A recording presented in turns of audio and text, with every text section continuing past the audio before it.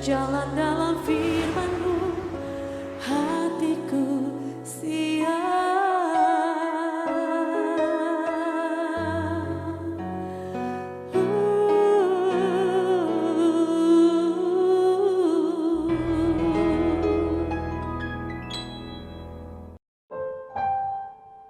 Shalom, selamat malam God Lover yang dikasihi oleh Tuhan Yesus Kristus. Berjumpa lagi di Rest in God. Kita akan menikmati malam hari ini di dalam hadirat Tuhan. Kita akan menikmati saat istirahat malam hari ini bersama dengan Tuhan. Karena Tuhan ingin kita semua sungguh-sungguh boleh menikmati damai sejahteranya. Tanggalkan semua beban, tanggalkan semua hal yang membuat kita tidak bisa beristirahat hari ini dalam hadiratnya. Sebelum memulai, mari kita bersatu di dalam doa. Bapa kami yang ada di dalam surga, kami bersyukur, kami bersuka cita karena anugerah-Mu tidak pernah berkurang, tidak pernah meninggalkan kami. Malam hari ini kami kembali menghampiri tata kasih karunia-Mu, ingin memberikan korban syukur kami di hadapan-Mu, dan kami ingin merenungkan kembali firman-Mu, karena kami tahu firman-Mu itu memberi kesegaran di batin kami, memberi kami pembaharuan, menguatkan hati kami, sehingga kami bisa beristirahat malam hari ini dalam damai sejahtera-Mu, karena semua hal yang membebani kami akan serahkan kepada-Mu. Terpuji nama-Mu dalam nama Tuhan Yesus Kristus. Amin. Haleluya. Kami mau berdiam di hadirat-Mu. Terima kasih Tuhan. Penuhi hatiku dengan hadir-Mu.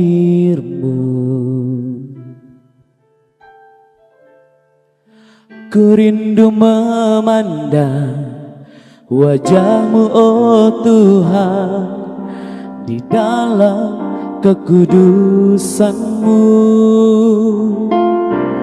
Bawa ku dekat dalam hati-Mu. Ku rindu mendengar suara-Mu, oh Tuhan, di tempat kudus-Mu sekarang. Ku rasakan kasih-Mu dan indahnya kekudusan-Mu, penuhi dengan kasih-Mu. Diam di hadirat-Mu, ku mengangkat tanganku dan ku bersyukur menyembah-Mu, penuhi dengan kasih-Mu. Diam di hadirat-Mu, penuhi hati kami Tuhan. Penuhi hatiku dengan hadir-Mu. Ku rindu memandang wajah-Mu, oh Tuhan, di dalam kekudusan-Mu. Bawa ku dekat dalam hati-Mu. Kami rindu, ku rindu mendengar suara-Mu, oh Tuhan, di tempat kudus-Mu sekarang. Mari rasakan, ku rasakan kasih-Mu. dan indahnya kekudusan-Mu, penuhi dengan kasih-Mu,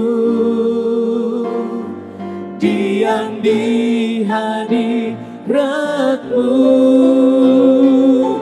Ku mengangkat tanganku dan ku bersyukur menyembah-Mu, penuhi dengan kasih-Mu, diam di hadirat-Mu. Haleluya, kami rasakan kasih-Mu, kami rasakan indah bersama-Mu Tuhan. Kami mau berdiam diri di hadirat-Mu, kami mau memuji-Mu Tuhan dalam roh dan kebenaran. Kemuliaan hanya bagi-Mu, kami sanjung Engkau Tuhan, kami tinggikan nama-Mu, sebab Kau Allah yang setia. Terima kasih Tuhan, haleluya, glory bagi-Mu. Kami rasakan kasih-Mu, kami nikmati hadirat-Mu, glory bagi-Mu, kemuliaan bagi-Mu Tuhan, haleluya. Terima kasih Tuhan, kasih Tuhan, kemuliaan bagi-Mu, sebab Kau terlalu besar.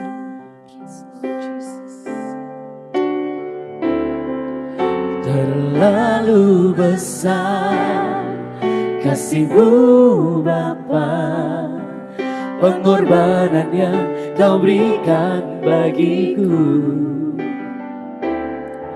Terlalu mahal kasih-Mu Yesus, tercurah untuk menebus hidupku.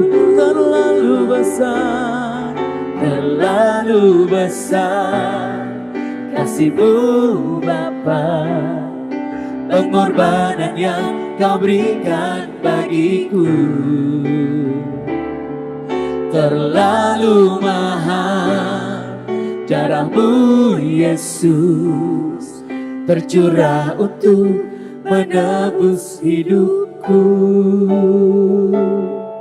tercurah untuk menebus hidupku. Mengingatkan kita betapa luar biasanya kasih Tuhan kepada kita.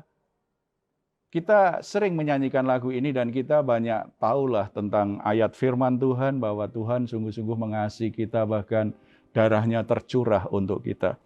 Tapi kadang-kadang sebagai orang Kristen kita juga bisa kecewa dan mungkin terganggu kepercayaan kita kepada Tuhan. Dan mungkin hari ini juga lah, mungkin kita mengalami perjalanan yang mengecewakan itu. Sepertinya Tuhan tidak berpihak kepada kita. Atau ada teman atau sahabat saudara kita mengalami seperti itu. Ada yang mau sharing tentang pengalaman yang seperti itu enggak? Saya mau sedikit sharing, Pak. Saya punya teman, orang Kristen, percaya Tuhan. Tapi ketika dia punya pergumulan saat ini, dia mulai goyah keimanannya. Salah satunya, dia belum memiliki keturunan. Bahkan di keluarganya pun dia sangat dicerca habis karena menurut keluarganya dia tidak pernah percaya akan kasih setia Tuhan. Tapi karena dia begitu banyak pergumulan, jadi dia semakin kendor keimanannya, bahkan dia sudah mulai tidak percaya kepada Tuhan dan ke agama kekristenannya. Bagaimana Pak solusinya buat hal itu? Situasi seperti itu sebenarnya banyak dialami ya, baik diceritakan mau tidak gitu ya. Ada banyak orang Kristen ketika dia setia kepada Tuhan, dia sudah berdoa, dia rajin ibadah, melayani, kemudian ada bagian-bagian pergumulannya, dia sudah doakan kok tidak dijawab Tuhan, bahkan berlarut-larut sampai akhirnya dia mulai goyah imannya. Apakah Tuhan masih mau mendengar doaku? Apakah Tuhan mau peduli? Apakah Tuhan masih sungguh-sungguh mengasihiku? Ada bagian di Mazmur 13, itu ungkapan luar biasa dari pemazmur pengalaman seperti itu. Bagaimana Daud mengalami titik terendah dalam hidupnya. Sepertinya situasinya begitu berat, menakutkan, dia tidak berdaya, lalu dia merasa sendirian ditinggalkan oleh Tuhan. Kita akan baca Mazmur pasal 13 ayat 2 dan 3. Berapa lama lagi Tuhan kau lupakan aku terus-menerus? Berapa lama lagi kau sembunyikan wajah-Mu terhadap aku? Berapa lama lagi aku harus menaruh kekhawatiran dalam diriku dan bersedih hati sepanjang hari? Berapa lama lagi musuhku meninggikan diri atasku? Jadi Daud sungguh-sungguh berada titik terendah dalam hidupnya. Dia mengeluh, dia protes dengan Tuhan. Sepertinya Tuhan menyembunyikan wajahnya dari dia. Dia sudah berdoa, berkeluh kesah, berseru, tetapi Tuhan tidak merespon. Tuhan menyembunyikan dirinya dari Daud. Dia ditekan musuh yang luar biasa, merasa sangat sendirian. Ada kekhawatiran, ada ketakutan dia alami. Jadi itu sahabat atau saudara tadi ya, itu tidak sendirian. Daud pernah mengalaminya dalam situasi seperti itu. Karena memang ketika orang sedang dalam pergumulan, dalam penderitaan, itu mengguncangkan iman seseorang. Ada data yang menarik, ada studi yang menarik ini tentang kejadian traumatis yang saya pernah baca. Menunjukkan adanya hubungan antara penderitaan yang dialami dan perasaan marah dengan Tuhan dan tentang keberadaan Tuhan. Ya, dalam beberapa kesempatan saya ketemu dengan orang seperti itu yang mengalami penderitaan, dia sudah berdoa, sungguh-sungguh masalahnya tidak selesai tapi tambah parah, dia sudah berupaya sedemikian rupa tidak selesai tambah parah. Akhirnya dalam penderitaan yang begitu berat, dia menjadi kecewa, imannya goncang dan dia menjadi marah dengan Tuhan. Ketika dia menjadi marah dengan Tuhan, dia mulai bertanya, apakah Tuhan sungguh-sungguh ada? Mulai mempertanyakan keberadaannya. Bahkan studi itu menarik kalau kaitannya dengan soal keturunan. Dalam studi itu dicontohkan 33% orang tua yang menderita akibat kematian anaknya, mereka berkata bahwa mereka mulai meragukan tentang Tuhan. Di saat-saat mereka berkabung dalam kesedihannya karena kehilangan anak yang dia kasihi, imannya goncang dan mulai mempertanyakan, apakah Tuhan itu sungguh-sungguh mengasihi aku? Apakah Tuhan sungguh-sungguh ada? Kenapa orang yang begitu aku kasihi, anak yang begitu aku kasihi, aku sudah berdoa, aku sudah berupaya, tetapi kenapa akhirnya mati juga?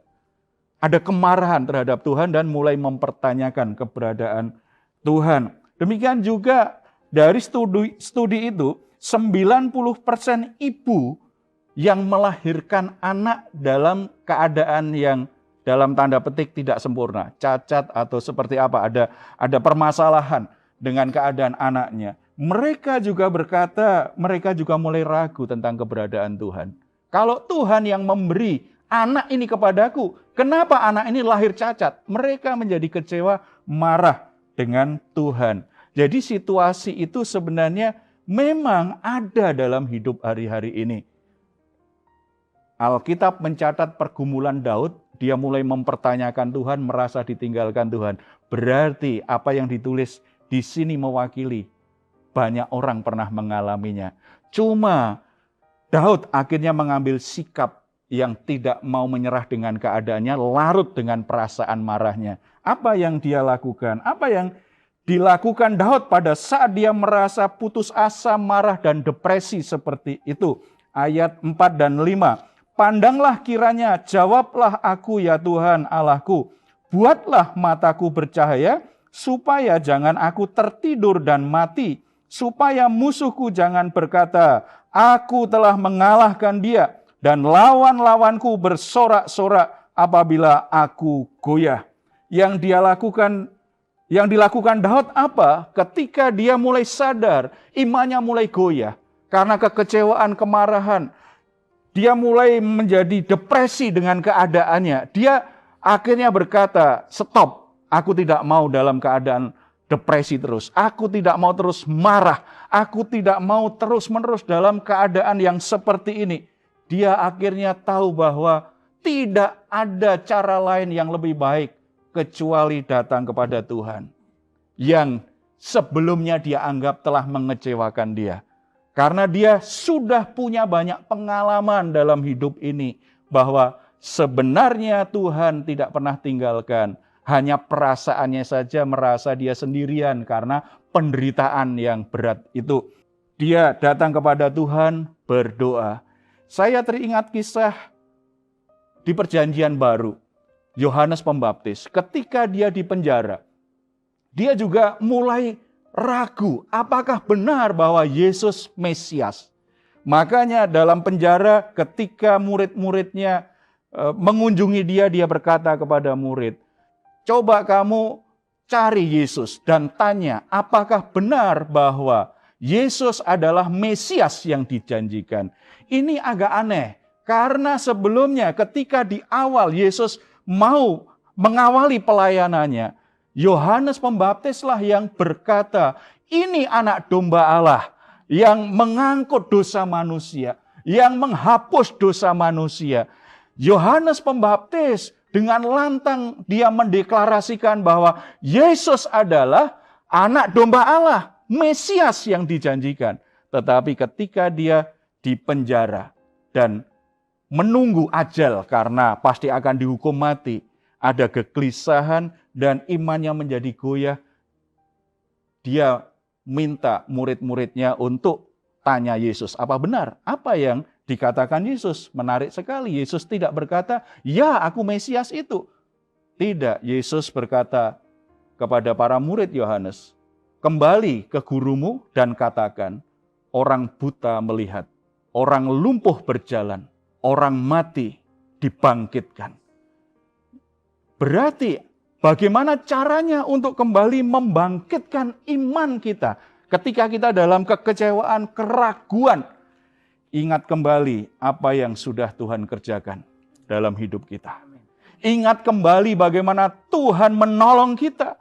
Ingat kembali berbagai keajaiban yang Tuhan pernah kerjakan dalam hidup kita. Ingat kembali bagaimana Tuhan melakukan mujizat dalam hidup kita, dalam kehidupan orang-orang yang kita kenal.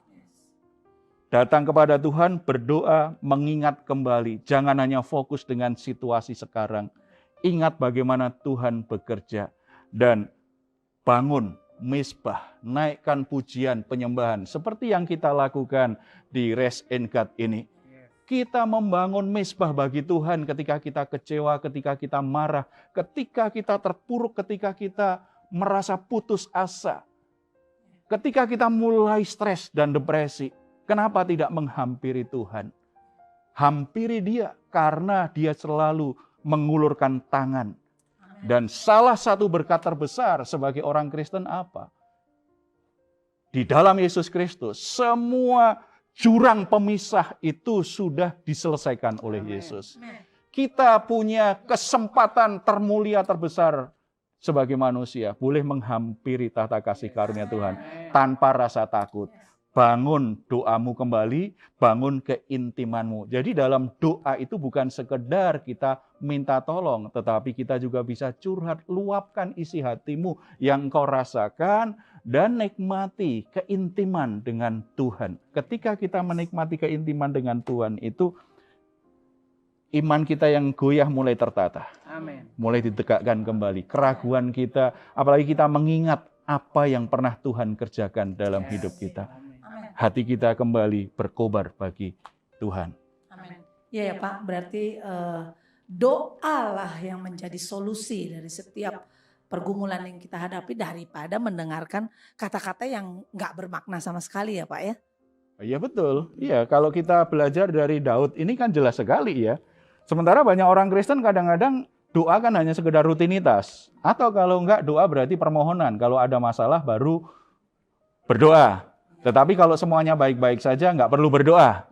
Gitu kan. Jadi kalau makan enak doanya cepat. Tetapi kalau makannya nggak enak gitu makannya panjang dengan penuh rintihan.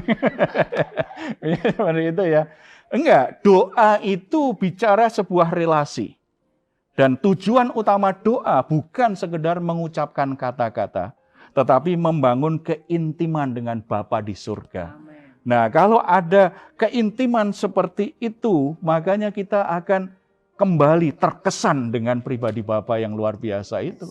Hati kita kembali berkobar untuk mengasihi Dia. Iman kita menjadi bangkit. Ini yang terlihat dari pribadi Daud. Begitu dia dalam keadaan depresi, kecewa, tidak lagi percaya Tuhan, mulai ragulah imannya terhadap Tuhan. Dia datang kepada Tuhan, membangun kembali mezbahnya, membangun keintiman dengan Tuhan. Yang terjadi apa? Ayat 6 itu luar biasa. Tetapi aku kepada kasih setiamu aku percaya. Hatiku bersorak-sorak karena penyelamatanmu. Aku mau menyanyi untuk Tuhan karena Ia telah berbuat baik kepadaku. Jadi ada perubahan yang dialami oleh Daud ketika dia menghampiri Tuhan, ketika dia berdoa, ketika dia memuji, menyembah Tuhan dan mencurahkan isi hatinya kepada Tuhan, ada perubahan di batin Daud.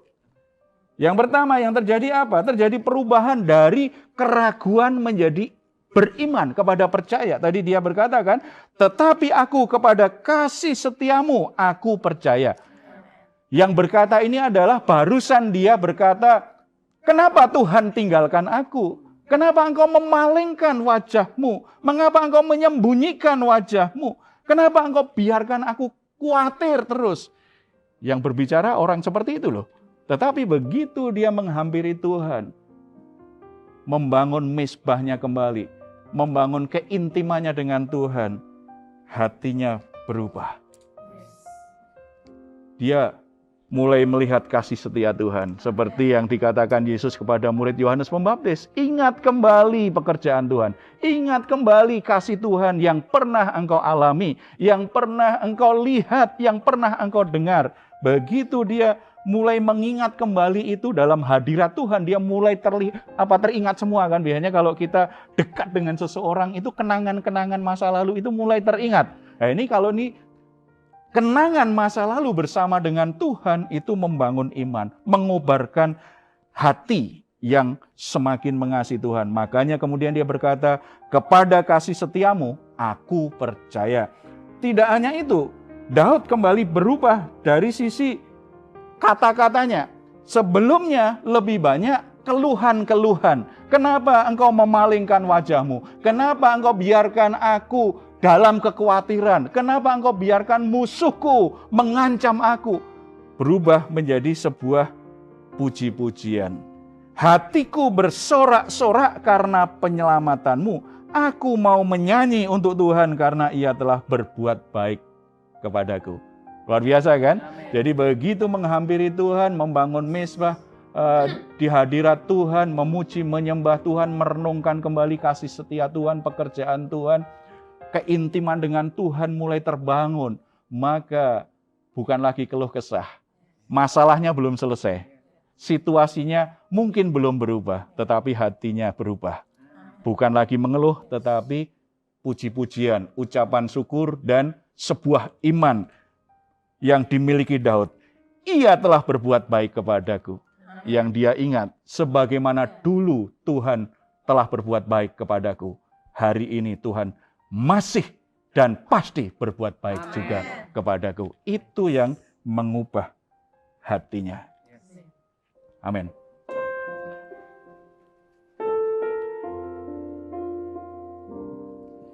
Terlalu besar kasih-Mu Bapa, pengorbanan yang Kau berikan bagiku.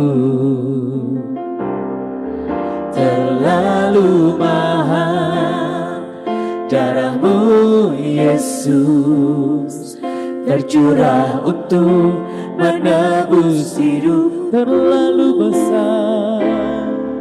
Terlalu besar kasih-Mu Bapa, pengorbanan yang Kau berikan bagiku. Terlalu mahal darah-Mu Yesus, tercurah untuk menebus hidupku. Saudara-saudara yang dikasihi oleh Tuhan Yesus Kristus, mungkin saat ini saudara sedang dalam penderitaan, dalam situasi yang berat, dan saudara menjadi kecewa dengan Tuhan, marah dengan Tuhan, bahkan mungkin merasa bahwa Tuhan tidak sungguh-sungguh mengasihimu, Tuhan tidak sungguh peduli dengan hidupmu, bahkan mungkin di antara saudara mulai berpikir ingin tinggalkan Tuhan.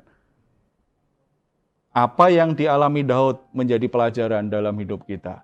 Meninggalkan Tuhan bukan solusi. Berkeluh kesah terus bukan solusi. Mengembangkan kekecewaan, kemarahan di hati bukan solusi.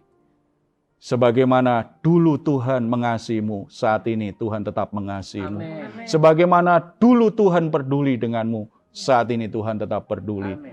Hampiri Dia, kembali nikmati kebersamaan, nikmati hadirat Tuhan. Kenapa tidak memulai datang kepada Tuhan malam hari ini? Naikkan pujian, puji Dia, sembah Dia, dan nikmati kehadirannya. Ungkapkan perasaanmu, dan biarlah engkau bisa menikmati keintiman bersama dengan Tuhan. Di situ Tuhan akan ungkapkan bagaimana kasih setianya tidak pernah berubah dalam hidupmu. Amin. Kita berdoa. Bapa di surga, Engkau tahu begitu banyak orang harus menjalani kehidupan yang berat, penuh penderitaan. Sesuatu yang membuat stres, tertekan, bahkan depresi.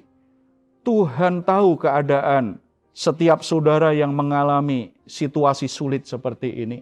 Bahkan mungkin mereka menjadi kecewa, menjadi marah, dan ingin meninggalkan Engkau. Tapi kami bersyukur karena Engkau Bapa yang tidak pernah tersinggung.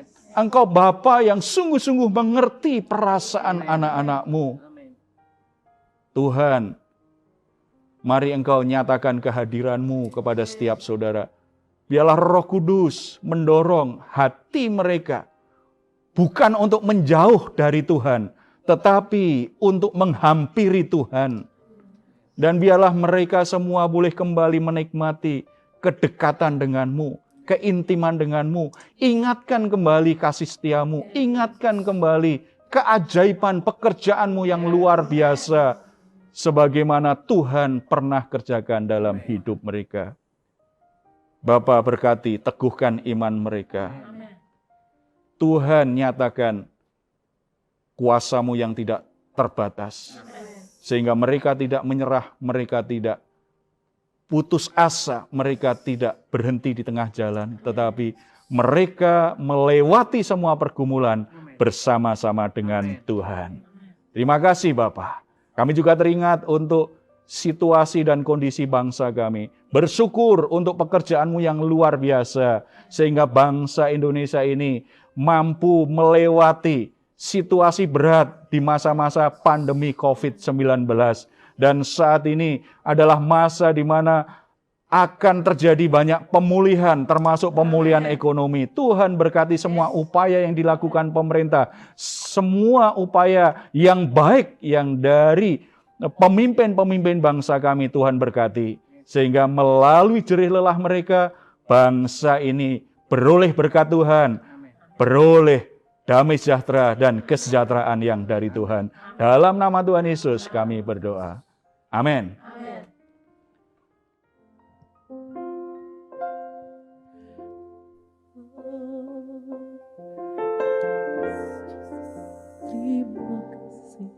Terlalu besar kasih-Mu Bapa, pengorbanan yang Kau berikan bagiku.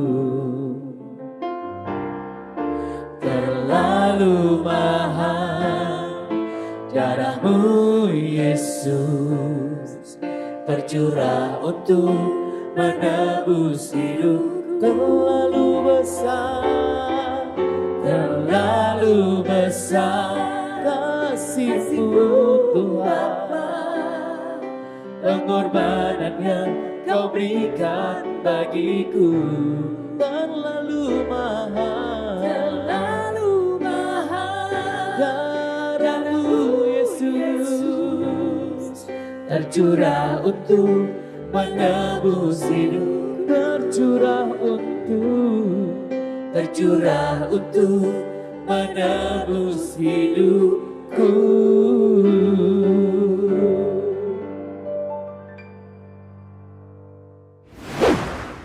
Mungkin saudara sedang berbeban berat, sedang dalam pergumulan, saudara butuh teman sharing, saudara sedang terbaring lemah di rumah sakit maupun di rumah.